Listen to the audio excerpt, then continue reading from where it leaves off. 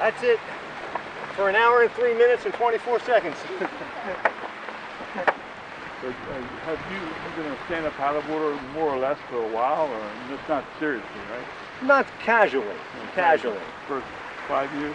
About 5 years, yeah, right? 5 years. Yeah. Never had one before this year. I mean, literally one, right? No, This no, this was the first. He, through all his rehabilitation and rehab and just focusing and staying positive through this whole thing has been like my drive just to paddle. You know, I enjoy paddling, but seeing him work so hard, I said, well, I can go out and race, and for the day that we race again together, I'll be more in shape when he starts. I got to paddle at least every other day and cross-train with like biking and doing other things for endurance, which we do. We windsurf, we paddleboard.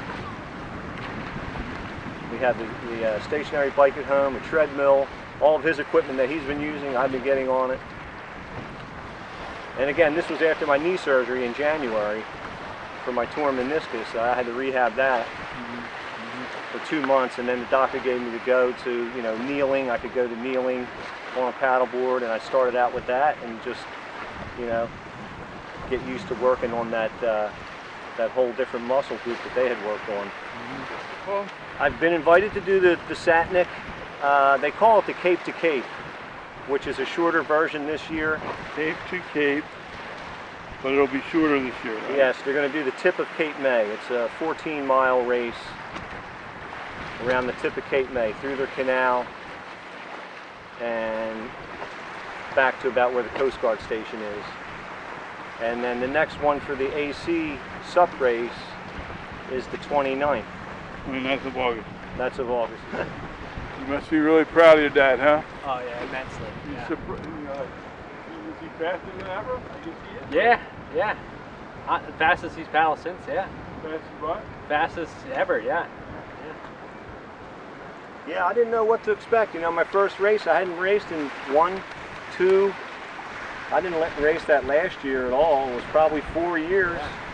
So I didn't know where I was going to come in on that first one. And then I said, okay, this is working out pretty good. You don't train right here, right? Sometimes I do. When I come here and teach windsurfing on the weekend, if it's light and there's nothing going on, I'll go out and paddle a little bit. Sometimes I'll paddle to the yacht basin and back, see how long it takes. But a lot of times on the weekend, it's just, you know, focusing on windsurfing and getting people in the water. That's when I get him in the water again. He goes on his knees and paddles. We go out there and work together. You do that right now, right? No, I don't mean. Oh, yeah. I don't mean do that right now, but you do that. Oh, yeah. Currently. Currently, that's his whole. He's got 4 days of therapy he goes through during the week, and the weekend we come here and he gets in the water. Some nights we go to the beach after work and he gets in the water and still works on his balance and his standing, walking. Walking in the water is extremely good for his balance. So there's a lot he can do, but. You look great, man. You look great. Thank you. No, Stan, let me see you walk, man. Watch your head on the tailgate. Look at this guy. This kid, when he left ICU, he couldn't walk or talk. Huh? Yeah. Look at this guy. Right there, man. Last year he had a walker.